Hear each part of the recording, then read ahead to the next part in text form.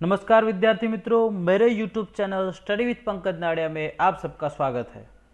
विद्यार्थी मित्रों, इससे पहले के वीडियो में हमने कक्षा 6 प्रथम सत्र हिंदी में इकाई 8 राजा का हिस्सा इस कहानी की चर्चा की थी। आज के वीडियो में हम राजा का हिस्सा कहानी से संबंधित अभ्यास एवं स्वाध्याय के प्रश्नों की चर्चा करेंगे। तो शुरू करते हैं आज का वीडियो। अभ्यास में सबसे पहला प्रश्न है, निम्नलिखित संवाद किसने किसको कहा है और क्यों, ये हमें बताना है। मतलब कि जो संवाद है, जो वाक्य है, वो कौन बोलता है, किसको कहता है और साथ साथ क्यों कहता है, ये भी हमें बताना है। पहला वाक्य, भले आदमी तुम यह क्या अत्याचार कर रहे हो, भला कहीं स्त्री को भी हल में जोता जाता है। तो यह वाक्य कौन बोलता है? तो राजा भोज बोलते हैं। और किससे कहते हैं? तो राजा भोज ने किसान से कहा है। क्यों? क्योंकि किसान ने अपनी पत्नी को बैल की जगह पर हल में जोता था, इसलिए। दूसरा वाक्य, जो कहना है मेरे साथ चलते चलते कहो, मेरा काम क्यों रोक रहे हो। यह वाक्य किसान कहता है, राजा भोज से कहता है, क्योंकि किसान को अपने काम में रुकावट पसंद नहीं है, उसके पास समय नहीं है, वो अपना काम रोकना नहीं चाहता है, इसीलिए वो राजा से कहता है कि जो कहना है मेरे साथ चलते चलते कहो। तीसरा है, भले आदमी इस प्रकार तो तुम्हारी पत्नी थक जाएगी और थकावट की वजह से कोई दूसरा कार्य भी नहीं कर सकेगी। तो राजा भोज कैसे कहते हैं और किसान से कहते हैं, क्योंकि किसान ने अपनी पत्नी को बैल की जगह हल में जोत रखा था और वो कहता है कि उसके पास कोई और विकल्प नहीं है, वो क्या करे। चौथा वाक्य, यह मोती तुम्हारे खेत में उगे हैं, इन पर तुम्हारा हक है। यह वाक्य राजा भोज कहते हैं, किसान से कहते हैं, क्योंकि किसान अपनी फसल में उगे मोती राजा को देने के लिए आता है। जो राजा का मानना है कि ये मोती किसान के हैं, क्योंकि उसके खेत में उगे हैं, इसलिए राजा कहते हैं। और पांचवा है, नहीं महाराज, आप इन्हें राजकोष में जमा कर ले और गरीबों की भलाई के लिए काम में ले। ये वाक्य किसान कहता है राजा भोज से, क्योंकि राजा भोज वो मोती जो किसान के खेत में उगे थे वो राजा को लौटाने आया है। राजा वो मोती जो किसान मोती देने आया था, वो मोती राजा वापस उसे ले जाने के लिए कहते हैं, इसलिए किसान कहता है। शायद आप इसे समझ नहीं पाए, फिर से हम समझा दें कि यह वाक्य किसान कहता है, राजा भोज से कहता है, क्योंकि राजा भोज उसे सारे मोती वापस ले जाने के लिए कहता है, लेकिन किसान चाहता है कि वो मोती राजा भोज की मेहनत का प्रताप है, इसलिए वे राजकोष में जमा कर लिए जाए और गरीबों की भलाई के लिए काम में लिए जाए।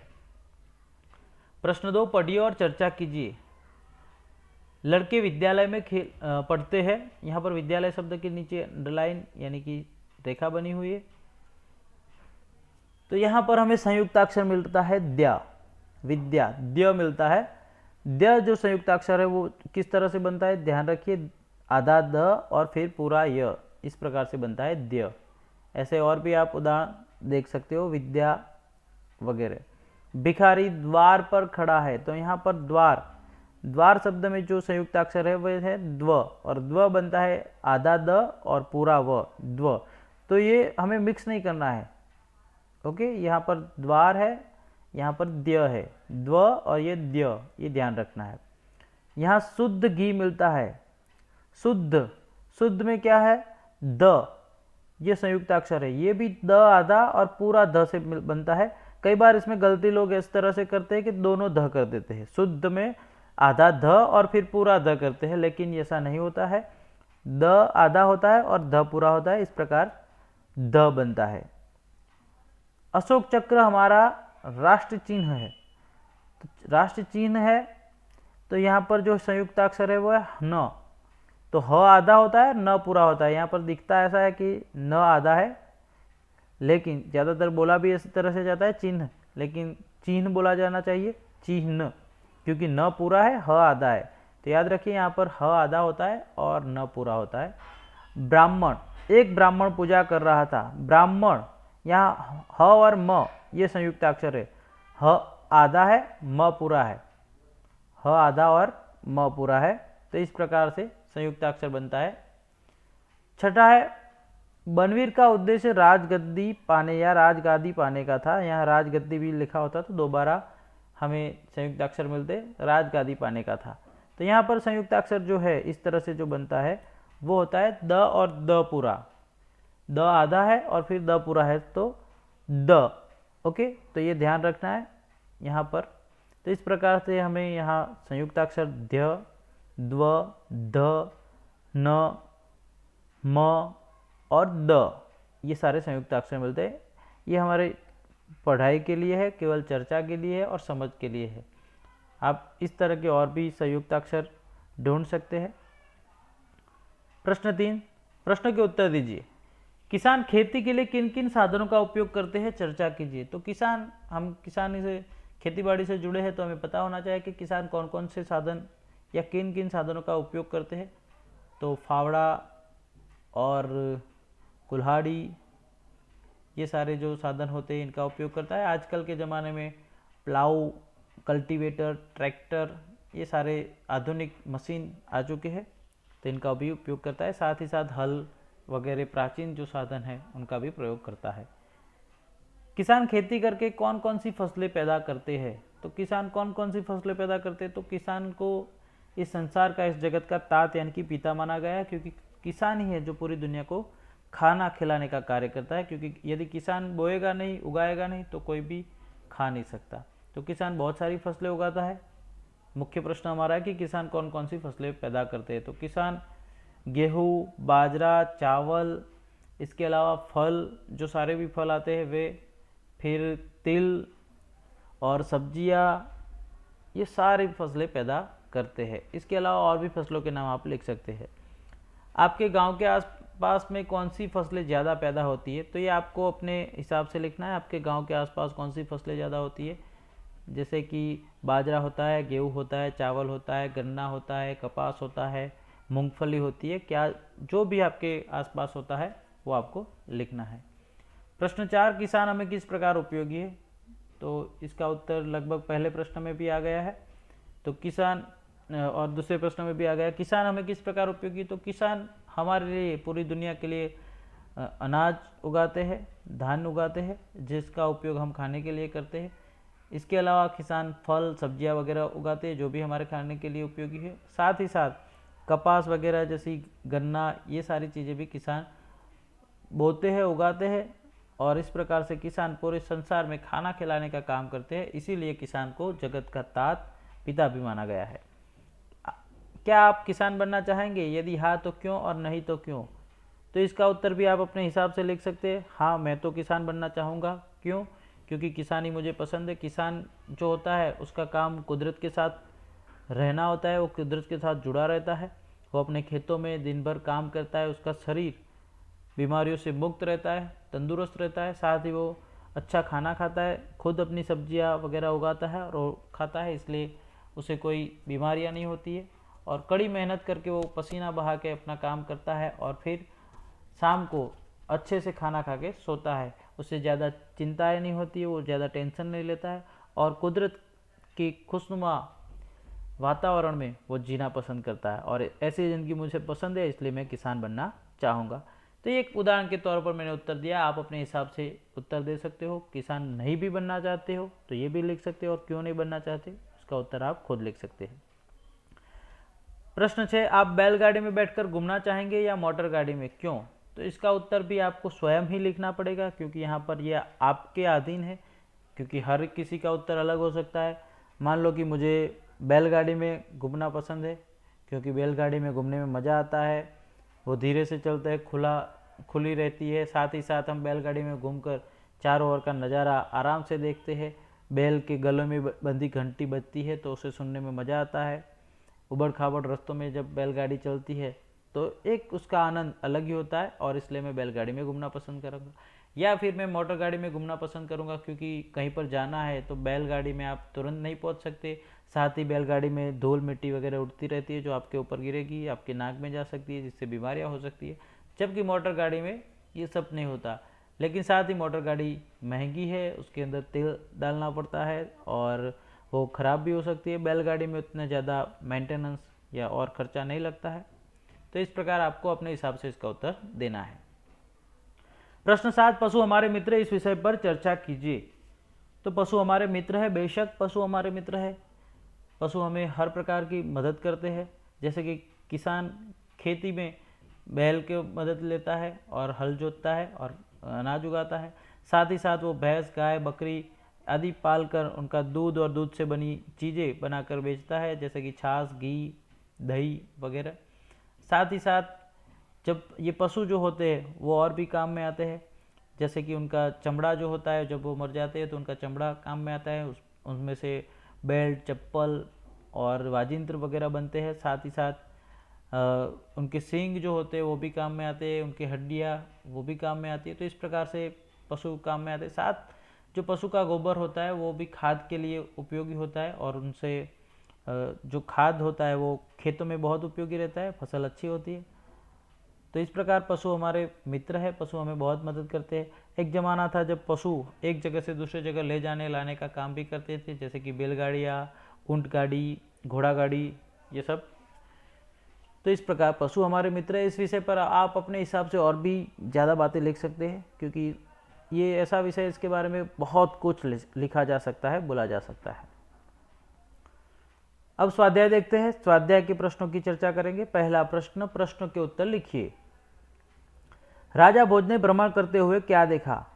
तो राजा भोज ने भ्रमण करते हुए देखा कि एक किसान खेत में हल जोत रहा है और उसने एक बैल अपने हल में, एक जगह बैल और दूसरे जगह अपनी पत्नी, अपनी स्त्री को जोत रखा है। राजा भोज ने किसान के पास जाकर क्या कहा? तो राजा भोज ने किसान के पास जाकर कहा कि भले आदमी, यह क्या अत्याचार करते हो? कहीं कोई अपनी स्त्री को हल में जोतता है? तो इस प्रकार से राजा भोज ने कहा। किसान की पत्नी खेती के काम में क्यों मदद कर रही थी?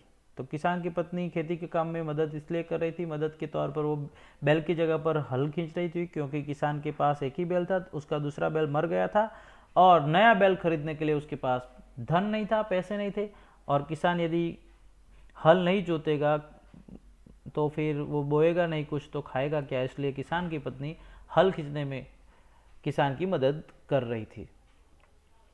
प्रश्न 4, राजा भोज के 2 बैल मिलने पर किसान की फसल में क्या फर्क हुआ? तो राजा भोज के 2 बैल मिलने पर किसान की जो फसल थी वो बड़ी अच्छी हुई, उसमें उम्दा किस्म के गेहूँ लगे और बड़ा अच्छा धान मिला। और जितने हिस्से में राजा भोज ने हल खींचा था उतने हिस्से में पाक धान की जगह, गेहूँ की जगह मोती लगे। किसान शर्मिंदा क्यों हो गया? जब किसान को पता चला कि उससे बात करने वाले और जिनसे उसने हल खिंचवाया है वो इंसान कोई साधारण आदमी नहीं, लेकिन इस नगर का राजा है, राजा भोज खुद है। तो ये बात जानकर किसान को बहुत शर्म आई और इसलिए वह शर्मिंदा हो गया। किसान के क्या कहने पर राजा भोज ने मोती स्वीकार किए? प्रश्न 6, तो किसान ने कहा कि महाराज, मैं यह धन, ये मोती नहीं ले सकता, क्योंकि यह आपके मेहनत का यह आपके परिश्रम का फल है। आपने जितने हिस्से में हल खींचा था उतने हिस्से में उगा है, इसलिए मैं इसे नहीं ले सकता। आप इसे राजकोष में जमा कर दीजिए और गरीबों की भलाई के लिए इसका इस्तेमाल कीजिए। यह कहने पर राजा भोज ने मोती स्वीकार किए। राजा भोज किसान से क्यों प्रभावित हुए? राजा भोज किसान से इसलिए प्रभावित हुए क्योंकि किसान ने कहा कि यदि आपको मेरे साथ बात करनी है तो चलते चलते कीजिए, आप मेरा काम क्यों खराब कर रहे हो, मेरा समय क्यों बर्बाद कर रहे हो? और राजा भोज ने जब देखा कि किसान अपने काम के प्रति उसे अपने काम के प्रति कितनी लगन है, यह लगन देखकर वो प्रभावित हुए, प्रसन्न हुए। प्रश्न 2, राजा भोज के बारे में 5 या 6 वाक्य लिखिए। तो अभी तक हमने जो चर्चा है कि वो सारी राजा भोज के बारे में ही की। इसके बारे में आप 5, 6, 10 वाक्य लिख सकते हैं। राजा भोज बड़े प्रजावत्सल थे, वो प्रजा का ख्याल रखते थे, वो नगर में घूमकर लोगों की परेशानियां दूर करते थे, उन्होंने किसान की मदद की, यहाँ तक कि वो बैल का काम करने के लिए भी तैयार रहते थे और प्रजा के बड़े प्रिय राजा थे। वो अपना सब कुछ देने के लिए, प्रजा के सुख के खातिर वो सब कुछ न्यौछावर करने के लिए तत्पर रहते थे, तैयार रहते थे। तो इस तरह से आप राजा भोज के बारे में लिख सकते हैं। प्रश्न 3, सही जोड़े मिलाइए। यहाँ पर हमें जोड़े मिलाने हैं, मुहावरे दिए हुए साथ में सामने उनके अर्थ है, लेकिन हमें जोड़े मिलाकर सही अर्थ ढूंढना है। ओके, पहला है आँख खुलना। आँख खुलना मतलब सही बात का ज्ञान होना, तो इसका अर्थ होगा सही बात का ज्ञान होना। दूसरा आँख लगना, मेरी आँख लग गई। आँख खुलना साथ ही साथ हम इसके वाक्य प्रयोग भी करते जाएंगे। स्वामी जी की बात सुनकर चोर की आँख खुल गई। ओके, आँख लगना एकदम से सो जाना, कल पढ़ाई करते करते पता नहीं कब मेरी आँख लग गई। आँख चुराना, सही बात से टल जाना। जब पैसों की बात आती है, जब पैसे वापस करने की बात आती है, तब तुम आँख चुराने लगते हो। आँख दिखाना, गुस्सा करना, क्रोध करना। पुलिस ने चोर को या अपराधी को आँख दिखाकर पूछा तो उसने सारी बात कबूल कर ली। आंखों का तारा होना, बहुत प्रिय व्यक्ति होना। बेटा माँ के लिए आंखों का तारा होता है, तो इस प्रकार वाक्य प्रयोग करना है। आंखों में चमक आ जाना या चमक आना तो प्रसन्न होना। कल से पाठशाला में छुट्टियां होगी, ये बात सुनकर छात्रों की आंखों में चमक आ गई। तो इस प्रकार से आंखों में चमक आना, इसका भी वाक्य प्रयोग कर लिया। प्रश्न 4 उपयुक्त मुहावरों का वाक्य प्रयोग कीजिए। हम पहले से ही साथ इनका वाक्य प्रयोग कर चुके हैं। ओके, आप अपने हिसाब से वाक्य प्रयोग कर सकते हो। आगे देखते हैं प्रश्न 5। निम्नलिखित शब्द विशेषण है, उन शब्दों का वाक्य प्रयोग कीजिए। ये जो दिए हुए सारे वाक्य, ये शब्द, ये विशेषण है, इन शब्दों का हमें प्रयोग करना है। यहाँ पर उदाहरण भी दिया है कि किसान के पास एक बैल था, तो एक शब्द यह विशेषण है, इसका प्रयोग दिया हुआ है। प्रजावत्सल, राजा भोज बड़े प्रजावत्सल राजा थे। राजा विक्रम प्रजावत्सल थे। आजकल के नेता प्रजावत्सल बिल्कुल नहीं होते। तो इस प्रकार से आप वाक्य प्रयोग कर सकते हैं। बड़ा, मेरे पास एक बड़ा कमरा है, या मेरे पास एक बड़ा मकान है, मेरे पास बड़ा घर है, वगैरह कुछ भी आप वाक्य बना सकते हो। होनहार, राजू इस कक्षा का होनहार छात्र है। मीठा, मुझे डॉक्टर ने मीठा खाने से मना किया है। या आम का फल बहुत मीठा होता है, मुझे मीठे आम बहुत पसंद है। मेहनती, राम बहुत मेहनती लड़का है। सानिया बहुत मेहनती लड़की है। इस प्रकार से आप वाक्य प्रयोग कर सकते हैं। आप अपने हिसाब से भी और भी वाक्य बना सकते हैं।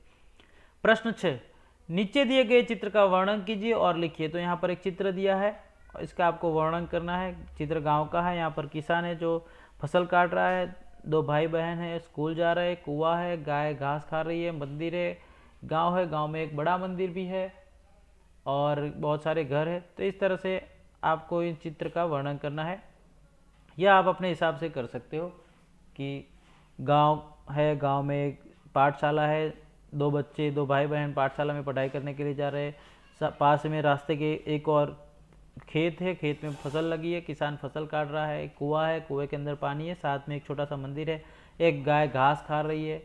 गांव के अंदर एक बड़ा मंदिर भी है जिसके ऊपर एक ध्वजा है। गांव में बहुत छोटे मोटे मकान भी है और ये गांव बड़ा सुंदर है। तो इस प्रकार से आप इसका वर्णन कर सकते हैं। प्रश्न 7 अ, निम्नलिखित परिच्छेद का अपनी मातृभाषा में अनुवाद कीजिए। राजा भोज ने रथ रोका। तो यहाँ क्या करना है, हम सूचना समझ लेते हैं कि मातृभाषा में अनुवाद करेंगे। अनुवाद करना है मतलब कि इसका मातृभाषा में बताना है। कई बार छात्र ऐसा करते हैं कि मातृभाषा में अनुवाद कीजिए, यानी कि गुजराती में लिख देते, लेकिन वो केवल यही करते हैं कि राजा भोज ने रथ रोका, तो ये गुजराती में लिखेंगे। ऐसा नहीं लिखना है, हमें इसका गुजराती करना है। जैसे कि मेरा नाम पंकज है, तो उसका गुजराती अनुवाद मातृभाषा में अनुवाद होगा मारू नाम पंकज छे। तो इस प्रकार से हमें यहाँ पर भी अनुवाद करना है। राजा भोज ने रथ रोका, राजा भोजे रथ रोक्यो और अने किसान के पास जाकर कहा।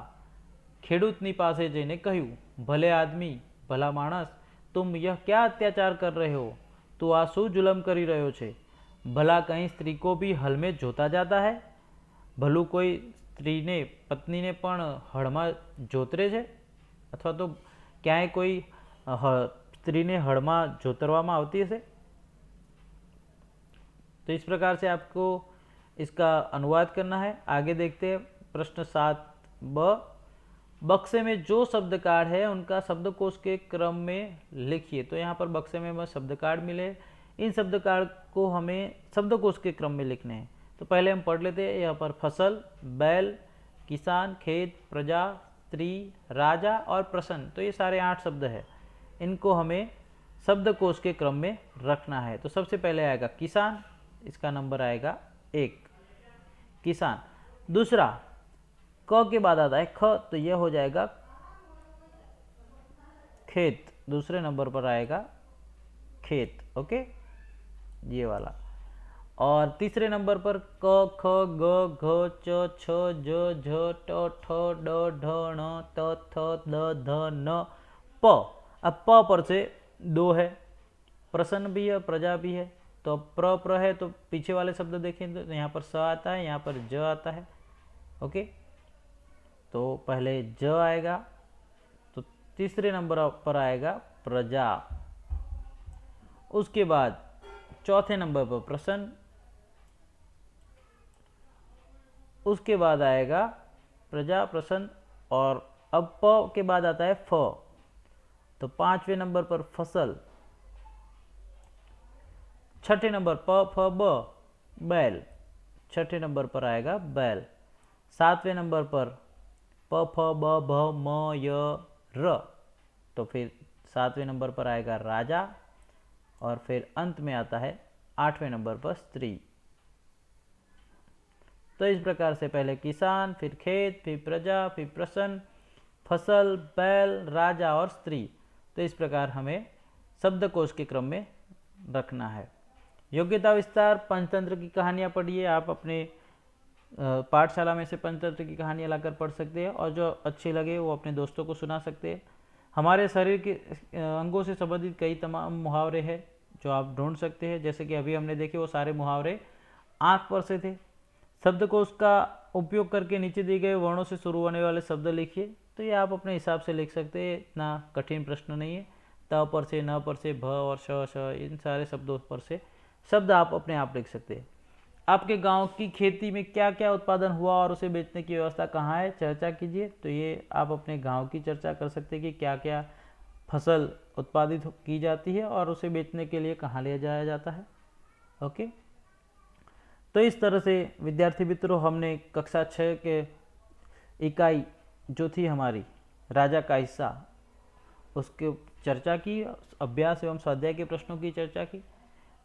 यह वीडियो आपको कैसा लगा कमेंट में बताइए, और वीडियो अच्छा लगा हो तो उसे लाइक कीजिए, अपने दोस्तों के साथ शेयर कीजिए।